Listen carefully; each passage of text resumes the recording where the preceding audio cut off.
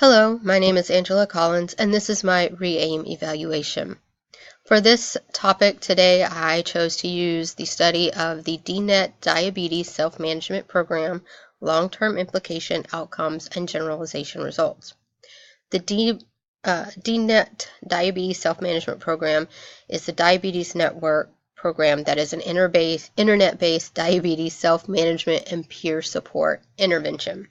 The goal of this study was to study an internet-based diabetes self-management intervention with a representative sample of older primary care patients who had limited or no previous internet experience. For the background of this, many times your older patients lack internet access or lack internet technological savviness. Sometimes they do not know how to maneuver through peer support forums. Sometimes they do not know how to get to these or that they even exist. This study was among the first controlled trials for internet-based self-management systems for type 2 diabetes, and it relied on the REAIM framework to evaluate and report their findings.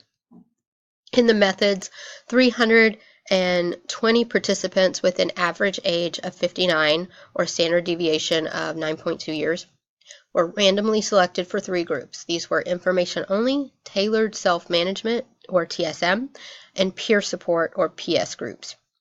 The TSM group followed the self-efficacy theory, and the PS group followed the social support theory.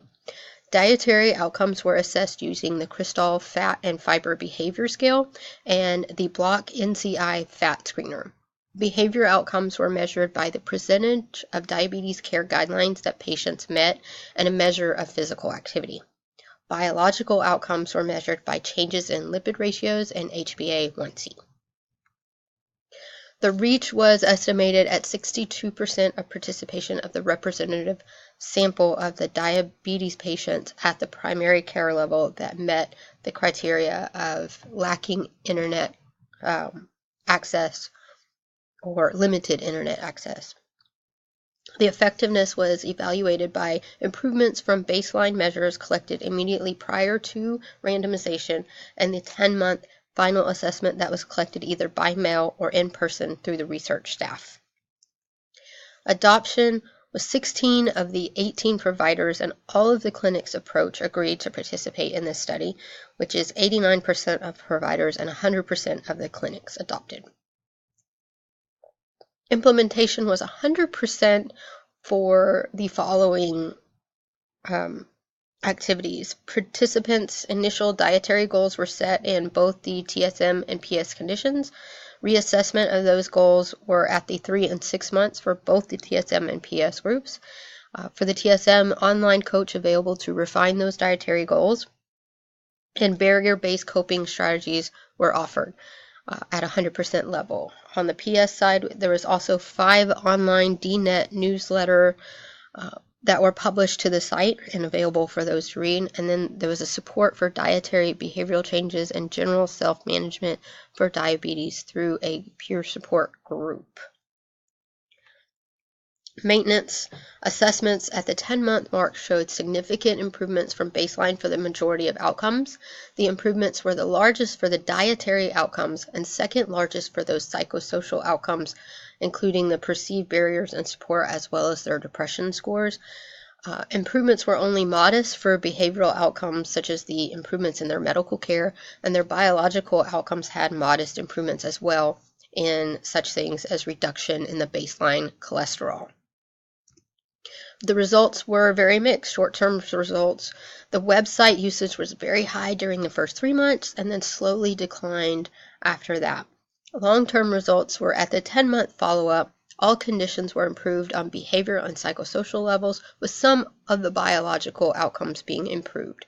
More frequent log-ons were made by the TSM and the PS groups than the information-only groups, showing that when you have more support there, people actually use that versus just going in on their own. The original indicators, some of the questions that we could ask that use the REAIM framework could be that how could we increase the reach for the intervention, because it was only at 62% of the target population, and I feel that it was a little young with the 59 average age there. I think we should possibly be looking at an even older age group, because a lot of the times your 60s, 70s, even into the 80s, if we have that age group there, are oftentimes the ones who do not have the computers. They do not see the need. They may not feel like they know how to work one. So that could be something that we could look at increasing in the future. We also could increase the effectiveness of the TSM and PS groups on the biological level. Are there activities that we could add, or information or education that we could add to increase those biological level effectiveness? How could we increase adoption with more providers for this intervention? It was still relatively high, but how could we get even more providers to seek this as an option for their diabetes patients? We already had implementation at 100% for so many of the activities. Is there a way to refine those offerings to help increase those outcomes, specifically looking at the biological level outcomes? Again, do we need to add more education or targeted activities that could help that biological outcome? And finally, could we increase maintenance for the program on an individual and policy level? The study only followed up with people up to the 10-month mark, and we already saw that the maintenance was kind of dropping off on the web logons after at least the 6-month mark. So is there a way that we can increase the logons, at least for an individual, past the 6-month mark, and even further, maybe into the 12 or 24-month mark? And how could we have providers and clinics at a policy level offer this for other diabetes patients across the board? And finally, we do have my resources that I did use. Thank you, and have a wonderful day.